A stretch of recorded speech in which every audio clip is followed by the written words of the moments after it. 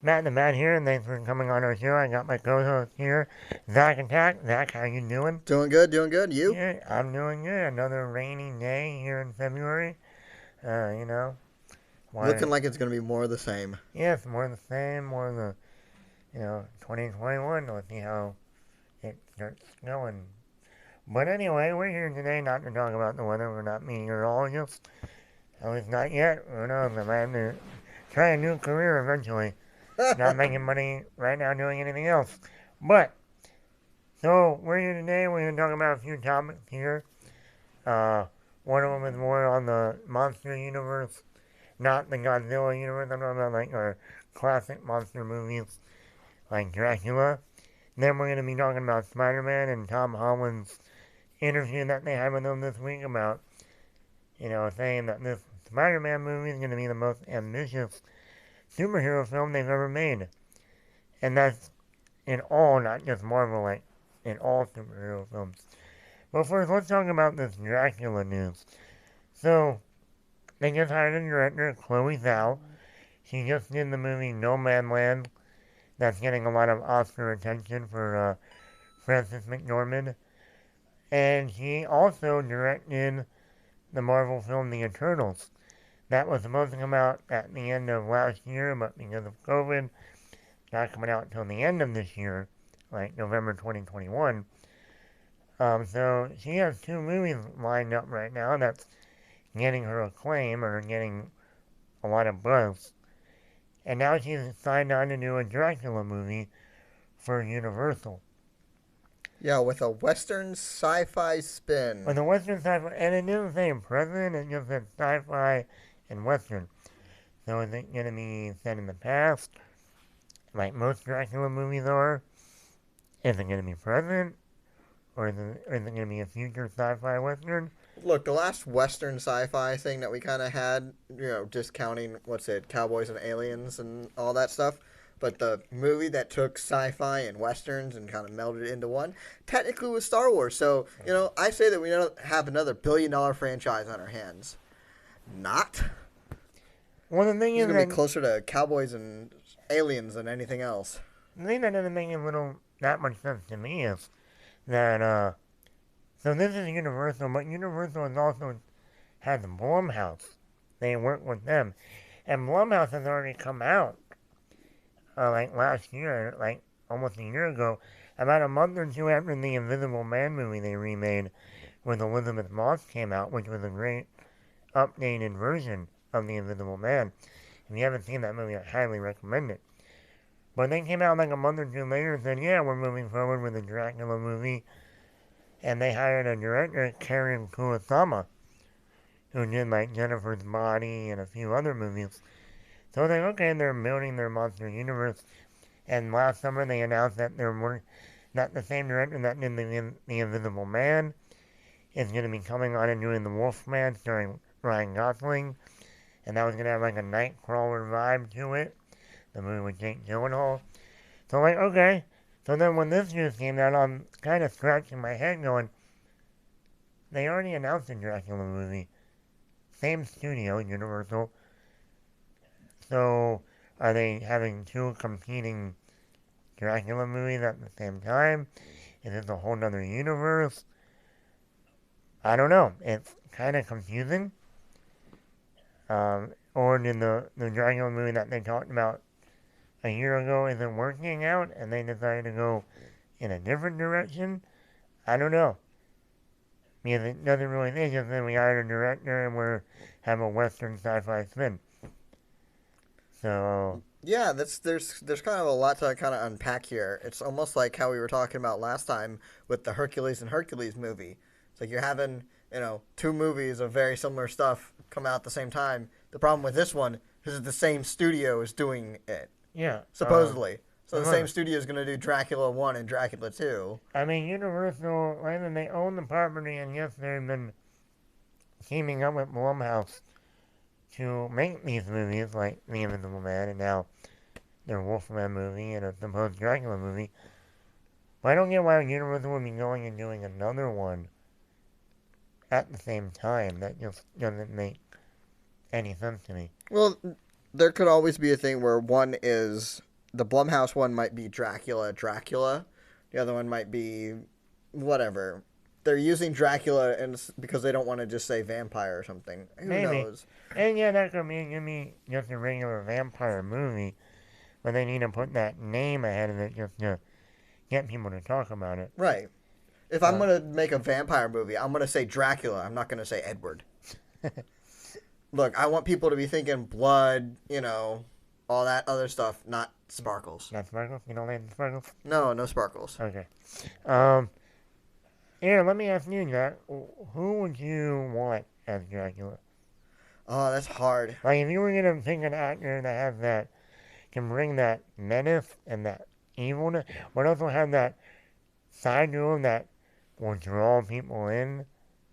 I'm gonna make a really easy choice. Adam Driver. Mm. It's like so you're forsaking the pretty boy stuff. Sorry, Adam Driver's a good looking dude. He ain't pretty boy. He's not a Michael Fassbender, type of stuff.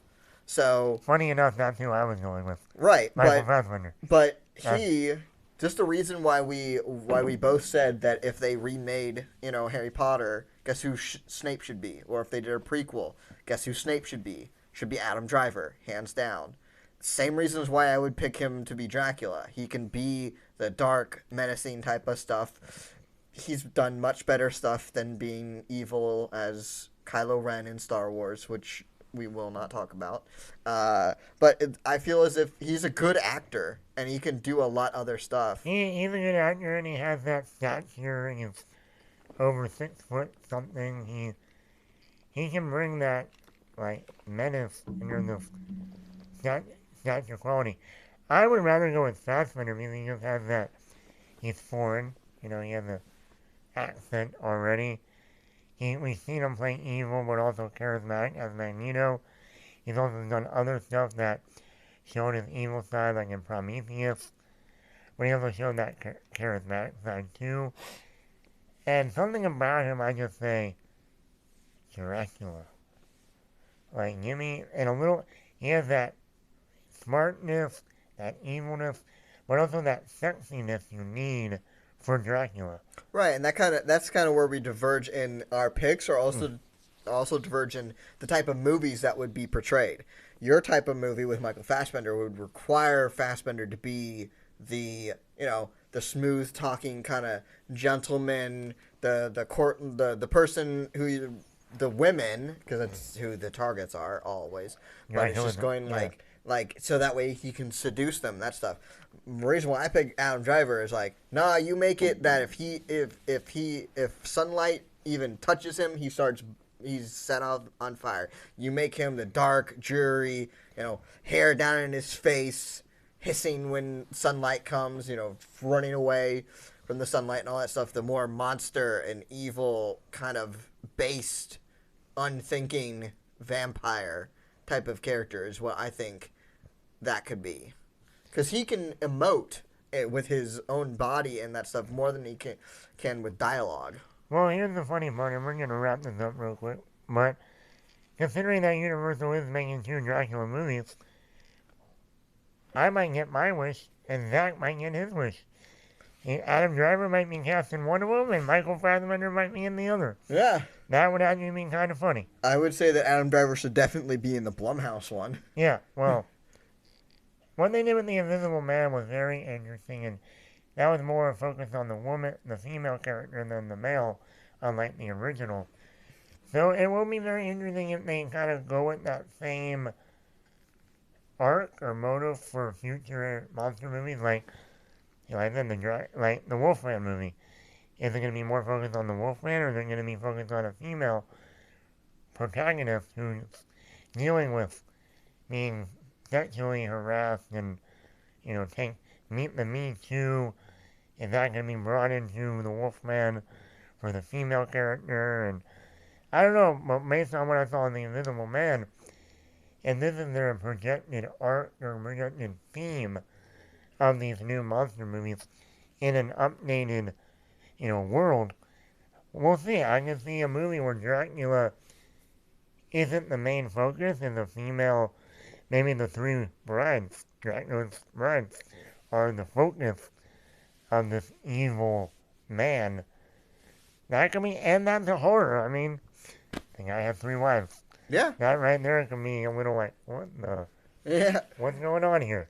But anyway, that's it for now. Like I said, we don't have any more information besides a director and the spin or the take that they want to go in with a Western sci-fi angle. Okay, I do have to say this. If it's Western and sci-fi, so you're telling me that we're going to get the League of Gentlemen 2, whatever that movie was. The League of Extraordinary Gentlemen. Yeah, that's right. I hope not.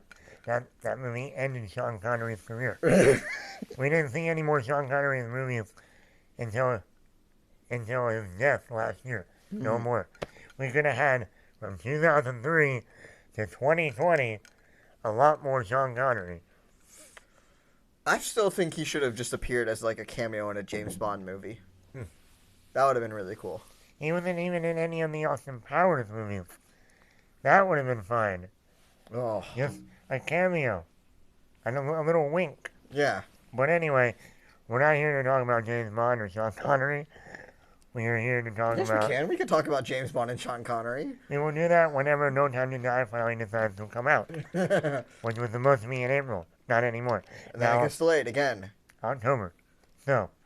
Daniel Craig is just sitting there just going like, come on, guys, let me out of my contract. I want to be done with this. Daniel Craig was like, fine, I'll do one more. Postpone. It's the movie that never ends. It goes on and on, my friends. I just wanted to get out of this contract. I just want to die now. The title is No Time to Die. No one's time to die. It's time for me to be done playing James Bond. No more. What if they have a scene like that in the movie where it's just where like whoever goes like, come on, Bond, it's no time to die, and he just goes like, nah, I'm cool with it. I'm cool with dying. Like, you know, I've been through enough. Just you know, take me out. All right, I'll do it. I'll just do it. I've done enough of this. Yeah. I'm in 2006, so who knows when. We don't have a set date anymore. And always remember to like, comment, subscribe wherever you are. The podcast is available wherever you want to get your podcast. If we are not there, let us know, and we will get there. Remember to like our Facebook page, Attack Bat Productions. Thanks for listening, everyone.